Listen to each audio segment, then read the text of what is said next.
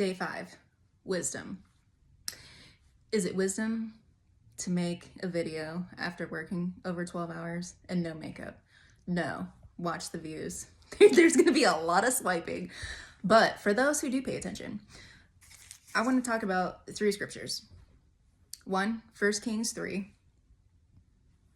Well, kind of 3.5 scriptures. It's about King Solomon. He asked for wisdom and discernment. And what did he get?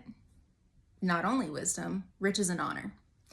And then when you go into chapter 4, I don't know if I just said verse 3 or chapter 3. Chapter 3, verse 11 is what I just referenced. Chapter 4 is speaking about how he had more wisdom and favor and something more than the sands of the sea. And then you go over to Luke 2, speaking about Jesus. And this is in the Passion. The child grew more powerful in grace, for he was being filled with wisdom, and the favor of God was upon him. And the Ephesians 1 prayer. This does work. Brother Hagin said to read that verse or that passage every day for 6 months, and you'll see results.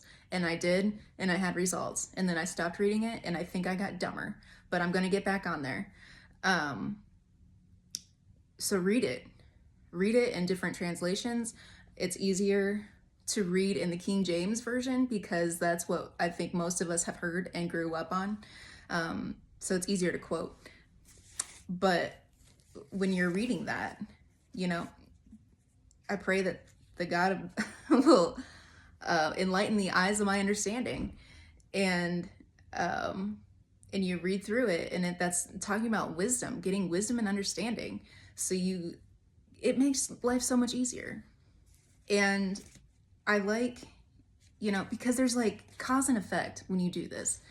And it's not only to get wisdom and gain wisdom, but